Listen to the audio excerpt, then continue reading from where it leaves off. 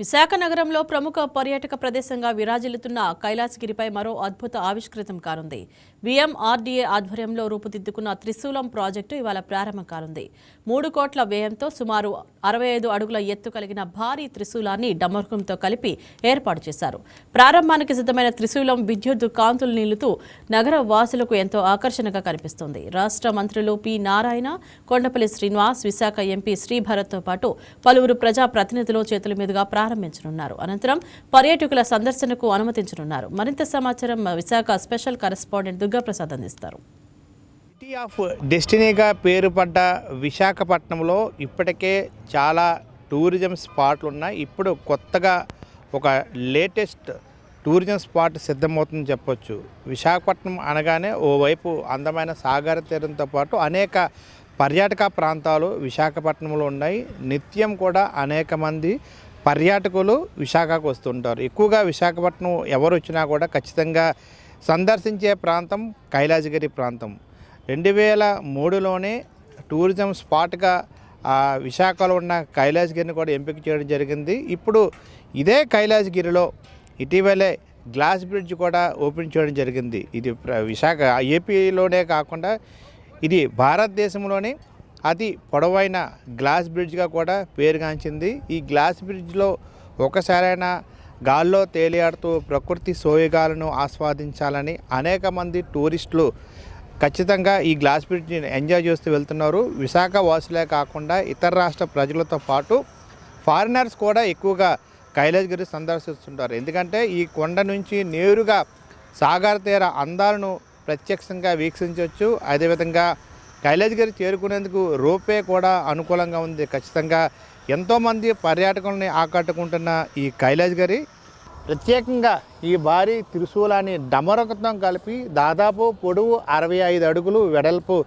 18 అడుగులతో 2.5 కోట్ల రూపాయలు వెచ్చించి ఒక టూరిజం స్పాట్గాతో పాటు ఆధ్యాత్మిక విలువలు తెలిసే విధంగా ఈ యొక్క భారీ త్రిశూలాన్ని ఏర్పాటు చేశారు. కైలాసగిరి అనగానే శివపార్వతుల విగ్రహాలు గుర్తొస్తూ ఉంటాయి. సో దానికి అనుకూలంగా ఈ త్రిశూలం ఉంటే మరింత ఆధ్యాత్మిక శోభ సంతరించుకునే అవకాశం స్పష్టంగా కనిపిస్తుందని విఎంఆర్డీఏ ప్లాన్ చేసింది. సో ఇప్పటివరకు సిటీ ఆఫ్ డెస్టినీగా పేరుపడ్డ ఈ విశాఖలో అనేక టూరిజం అట్రాక్షన్స్ ఉన్నాయి. ఇప్పుడు ఈ వాటికి జత కలుపుతున్న ఈ కొత్తగా ఈ కైలాసగిరిపై ఈ భారీ త్రిశూలాన్ని ఏర్పాటు చేసింది విఎంఆర్డీఏ.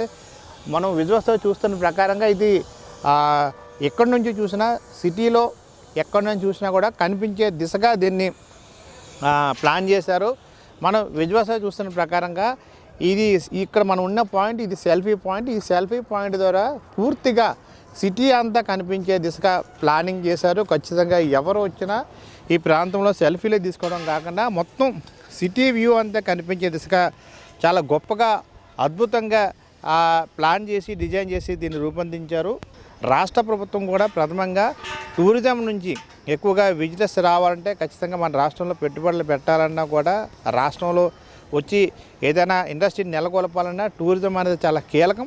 దీని ద్వారా ఎక్కువ మంది ఇతర రాష్ట్ర టూరిస్టులు వచ్చే అవకాశం ఉంటుంది. కాబట్టి టూరిజం ముందు డెవలప్మెంట్ చేయాలని ముఖ్యమంత్రి నారా చంద్రబాబు నాయుడు ప్లాన్ చేస్తూ ఉన్నారు. దీనికి అనుగుణంగానే విఎంఆర్డీఏ కూడా అనేక ప్లాన్ చేస్తూ ఉంది. ఈ నేపథ్యంలో ఇటీవలే విశాఖ వేదికగా కూడా పార్ట్నర్షిప్ సమిట్లో కూడా టూరిజం సంబంధించి శాఖకి ఎక్కువగా ఎంఏలు కూడా జరిగాయి.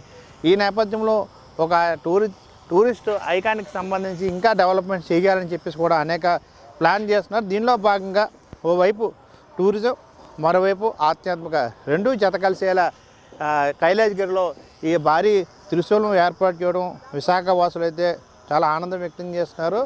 జనరల్గా కైలాసగిరి అనగానే వెంటనే గుర్తొచ్చేది కూడా శివపార్వత విగ్రహాలే. వాటికి తోడుగా ఈ త్రిశూలం ఏర్పాటు చేస్తే ఖచ్చితంగా ఈ కైలాసగిరికి మరింత శోభ తెచ్చే విధంగా ఒక మంచి ఆలోచనతో విఎంఆర్డీఏ ప్రత్యేకమైన నిధులు కేటాయించింది. దాదాపు 2.50 కోట్లు వెచ్చించి భారీ బడ్జెట్తో మొదటగా రకరకాల డిజైన్ చేశారు. అయితే చివరికి ఈ సెలెక్ట్ అయిన ఈ త్రిశూలాన్ని ఓకే చేసి మొత్తం 65 అడుగులు, అదేవిధంగా 18 అడుగులు వెడల్పుతో ఈ త్రిశూలం పగటిపూట మొత్తం మార్నింగ్ పూట మనం చూస్తే మొత్తం విశాఖలో ఉన్న ముఖ్యమైన ప్రాంతాలన్నీ కూడా ఈ కైలాసగిరి నుంచి పూర్తిగా సిటీ వ్యూ అంతా వీక్షించవచ్చు. అదేవిధంగా నైట్ టైం అయితే ప్రత్యేకంగా రాత్రి వేళలో ఇది 110 వాట్ల శక్తివంతమైన ఎల్ఈడి బల్బులు కూడా ఏర్పాటు చేశారు.